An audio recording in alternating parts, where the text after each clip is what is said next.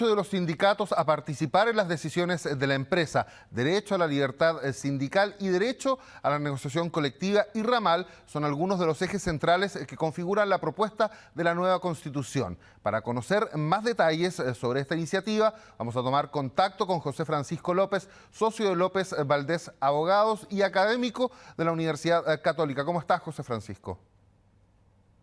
Muy bien, Avelino, ¿cómo estás tú? Bien, bien, gracias. Bienvenido a Chilevisión Noticias. Primero que todo, preguntarte, en el artículo 8 del borrador de la nueva Constitución se establecen la protección del trabajo y el derecho al trabajo decente. ¿Qué significa esto en particular, este derecho en particular? Bueno, el derecho al trabajo es algo bastante interesante en esta nueva propuesta porque a diferencia de la Constitución del 80 que protege la libre elección del empleo, este derecho del trabajo es la protección a toda forma de generar una prestación de servicio, ya sea de forma independiente, como lo tenemos en los trabajadores de plataformas digitales, por ejemplo, ya sea de forma subordinada, ya sea trabajadores que están contratados en horarios, como los trabajadores que trabajan para el Estado muchas veces. Por ende, la protección que da el ámbito constitucional de esta nueva propuesta es mucho más extensa de la que tenemos en la Constitución del 80. Ujú. En el mismo artículo 8 del borrador dice que toda persona tiene derecho a igual remuneración por igual trabajo. ¿Cómo se garantiza esto considerando la diferencia de remuneración que se supone existe hoy entre hombres y mujeres? Lo que pasa es que el artículo, para precisar un poquito, habla de que las personas tenemos derecho a una remuneración equitativa, a una remuneración justa y suficiente, que asegure tanto el sustento para ellas y sus familias, ¿ya? Y una remuneración por trabajo de igual valor. Ahí hay que precisar este alcance respecto de la remuneración liqueada a un trabajo de igual valor. No es que todas las personas van a ganar lo mismo, Ujú. sino que las diferencias remuneracionales van a estar dadas como es hoy día, ¿no? Hoy día están dados por el trabajo que cada uno presta, los niveles de capacitación que tienen, el nivel de injerencia que tiene ese trabajo en la toma de decisiones o cuántas personas tiene o no subordinadas. Así que desde esa perspectiva es bastante interesante entender esta nueva acepción equitativa, justa y suficiente. ¿Pero eso se podrá garantizar de alguna manera? Porque queda Claro que se puede abierto. garantizar, o sea, la ley de una u otra manera también da una bajada en algún momento, el Código del Trabajo va a dar una bajada, pero efectivamente si uno tiene una mirada desde el punto de vista de la garantía constitucional, la equidad y la justicia y la suficiencia, aunque parecieran principios más que acciones propiamente tal, a la larga, cuando uno hace la bajada en el tema de la protección al empleo, a la protección de las remuneraciones está garantizada o va a estar garantizada por una serie de artículos, desde los salarios mínimos, artículos de protección de las remuneraciones que hoy día están en el artículo 58 y siguientes del Código del Trabajo, y una serie de articulados específicos respecto de horas extras, respecto de límites remuneracionales, como por ejemplo, hoy día, no sé si ustedes conocen, pero existen o en algún momento existían tipos de remuneraciones para Ujú. distintas personas, como personas mayores, jóvenes que entraban al mundo laboral a los 18 años. Por ende, todas estas normas legales van a ir dando contenido a estos principios, ¿no? La equidad, la justicia y la suficiencia. ¿Qué tipo de impactos tendrá todo esto en las empresas con la nueva propuesta de la Constitución? O sea, va a tener un impacto maravilloso, siento yo. No olvidar que una constitución provoca en un país efectos bastante importantes. La constitución del 80, con todo el modelo, generó un efecto después de 40 años en el país que lo hemos visto, digamos. estemos o no de acuerdo, pero objetivamente están. Y esta nueva constitución efectivamente va a generar en los empresarios y en las empresas una mirada distinta, una forma de relacionarse distinta. Tú hablabas delante la participación de los trabajadores, por ejemplo, en la toma de decisiones de las empresas, el artículo 48, algo súper interesante, porque uno dice, pero como decía el amigo panadero, ¿no? Oye, me van a quitar la panadería a los trabajadores. No, no tiene que ver con eso. La participación tiene que ver con 3 grados que se dan en la empresa: la información, la consulta y la cogestión. Y hoy día, si uno se adentra en el mundo del Código del Trabajo y de leyes especiales, nos damos cuenta que ya lo tenemos. No es que sea algo nuevo. Informar a los trabajadores, el reglamento interno, por ejemplo, se le debe informar a los trabajadores antes de que sea avisado. Se deben poner avisos, los trabajadores tienen la posibilidad de incluso hacer observaciones al reglamento interno de forma individual, pero lo pueden hacer. Entonces, la pregunta es, ¿existe hoy día en los trabajadores un grado de participación? Existe. Cogestión en materia de empresa, existe comité paritario, formado por grupo, por número determinado de trabajadores representando a los trabajadores y número determinado de trabajadores representando a la empresa.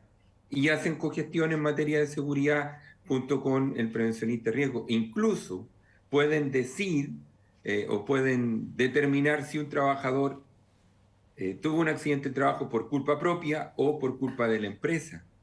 El comité bipartito de capacitación, tema que también existe. Cuando las empresas hacen planificación estratégica, le preguntan a sus trabajadores, los invitan a participar, cogestión. Entonces, no nos asustemos cuando leemos que los trabajadores van a tener participación en la toma de las decisiones de las empresas desde el punto de vista de estos 3 grados: información, consulta, como por ejemplo preguntarle a los trabajadores antes de tomar una decisión, más allá de que sea o no vinculante, pero ya el hecho de preguntar implica una participación en esas decisiones.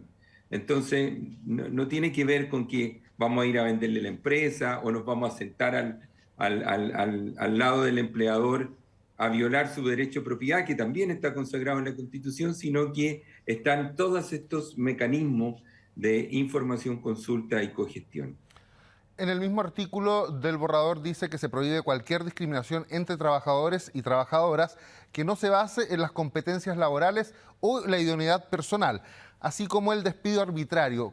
¿Cómo se garantiza que no ocurra eso en el trabajo? Bueno, normas legales. El derecho del trabajo, hablábamos, y lo decías tú al inicio de la pregunta, ¿no? ¿Cómo garantizamos el derecho al trabajo? Y una de las formas como se garantiza es cuidando el empleo, es generando barreras a la desvinculación, y que las desvinculaciones, cuando se hagan, sean por causales realmente específicas.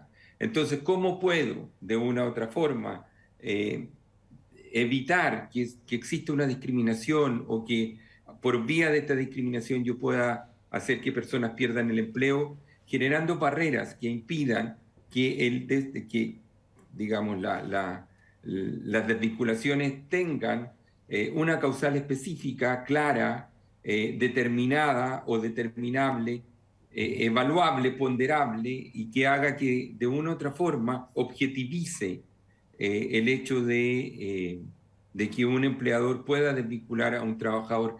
Tan así llevado al extremo, podría darse, por ejemplo, que hoy día no se da, que cuando un despido es calificado de injustificado, el trabajador tenga el derecho a ser reintegrado en la empresa. Hoy día yo despido a alguien por necesidad de la empresa, le declaran en un tribunal que el despido es injustificado, y lo más que tengo es pagar una sanción de un 30% de recargo, pero el trabajador no tiene derecho a reintegro. La protección del empleo, para evitar las discriminaciones, va a ir por las vías de las causales más objetivas. ¿Y cómo los trabajadores pueden exigir que se garanticen estos derechos laborales consignados en la nueva propuesta de Constitución? ¿A través de un órgano similar al de la Inspección del Trabajo, por ejemplo? Bueno, ahí hay tres formas interesantes. Entender que en esta nueva propuesta de Constitución la Dirección del Trabajo va a ser un órgano autónomo, no como hoy, que es un órgano dependiente del Ministerio del Trabajo. Eso ya es un hecho y un avance bastante interesante desde el punto de vista de aumentar las dotaciones de fiscalizadores para efectos de que se pueda efectivamente cumplir la norma laboral. Por ejemplo, ayer me tocó estar en Pucón justamente hablando de este tema con trabajadores lacustres y nos comentaban que para una provincia casi del mismo porte de Maipú y La Florida juntos, teníamos 7 fiscalizadores. Y de los 7, 2 con licencia médica. Entonces es imposible así poder fiscalizar. Entonces tenemos por un lado una inspección del trabajo, una dirección del trabajo que va a ser autónoma. Pero en segundo lugar, el derecho a huelga que tiene esta nueva propuesta de constitución, que todos lo critican porque es un derecho muy amplio, ¿no? Y alguien dice, pero ¿cómo? Un país desarrollado no puede tener este derecho a huelga. Si nosotros leyéramos la Constitución de Portugal, nuestra Constitución recoge íntegramente la propuesta constitucional en materia de huelga que tiene el código, la Constitución Política de Portugal. Y Portugal es un país desarrollado de la Comunidad Europea y que no pierde empleo justamente por tener este derecho.